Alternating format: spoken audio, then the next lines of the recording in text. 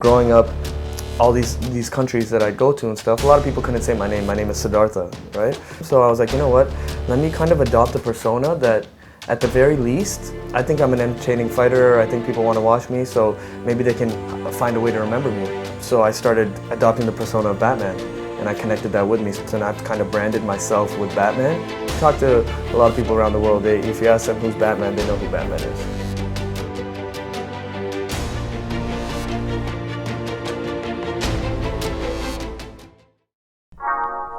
Siddhartha Bhat has been practicing Taekwondo for 26 years, but being enrolled in his first class at the age of 3 wasn't a choice made by the Toronto native. But I was just a really bad kid growing up, and when I say bad, like obviously a lot of people say, oh yeah, my kid is bad, or we've been bad, or whatever, but I was like, I was just a reckless kid. My mom, dad, they kind of got fed up, so one day they were just kind of looking around, and I guess they just fell upon this place at Ossington and Dundas. My mom was pretty much just like, I guess almost kind of begging him in a sense, just like, please take this like demon child off my hands.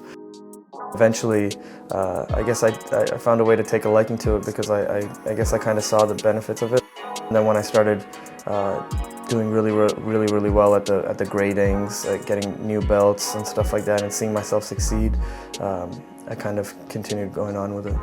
I started realizing that I was dominating kids at this sport. It was a sport, right? I go to competitions and I beat people up and I get all these trophies and stuff, and it made me feel really good. So at that point I was like, okay, this is something that I can kind of see myself doing, you know? I enjoy doing it, I'm winning prizes, why would I stop? When I stepped into the ring, I loved the fact that people were scared to fight me. When I started winning and when I won provincials and stuff, and when I realized that nationals was something that I could consistently become a team member at, I was like, okay, what is the pinnacle of this sport? Ever since I could remember, it was always Olympics. I mean, right away I was thinking about that, dreaming about that, and honestly, if I'm being honest, it was so vivid and so strong back then. But 2012 was realistic, and then 2016, I really was hoping to get there, but I had an injury and I had some things kind of set me back. So hopefully 2020 is the end all be all type of thing.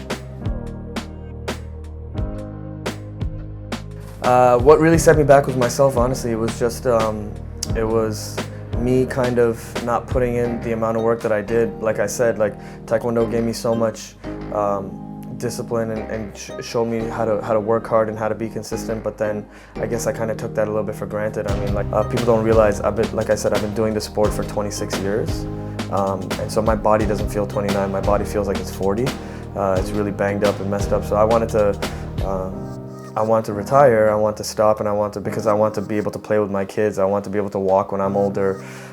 Deep down, like I said, the motivation and the love for the sport was kind of fading. So I had a couple competitions that were not so good. I went to World Championships, I didn't do really well. And I remember always when I was a kid, I kind of told myself, I want to stop fighting before I get to that point. Like I don't want to be the Mike Tysons and those guys where they keep fighting and they get beat up. And I had to kind of sit back and kind of really think, what do I really want to do right now? Do I want to continue with this?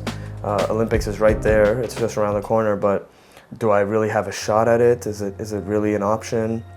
In 2014, I met my girlfriend, who was my girlfriend at the time for the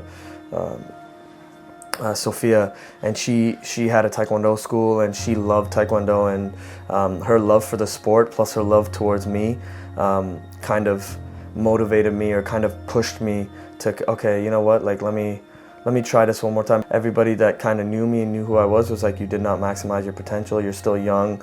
In 2015, 2016, you're only 25, 26, you still have a lot more mileage. But especially Sophia, she was the one that was kind of like, she's like, I don't want to see you regret it when you're older, so try one more cycle, and yeah, so. With Tokyo 2020 around the corner, Bhat has discovered a new source of motivation. So I started thinking, okay, you know what? Let's strap down one last time. Let's prove these people wrong. Let's show myself that I still got this, and let's do the one thing that I really have not done in this sport. For me, I just have to put in all that I can to try to get to that mountaintop. What's pushing me now is me. It's kind of the naysayers and the people that are kind of like, okay, he's kind of washed up, which it was kind of always like that. It's been a little while since I've been successful, so when you're not successful, people forget about you. So kind of remind them one more time who I am and, like I said, what I've done in this sport.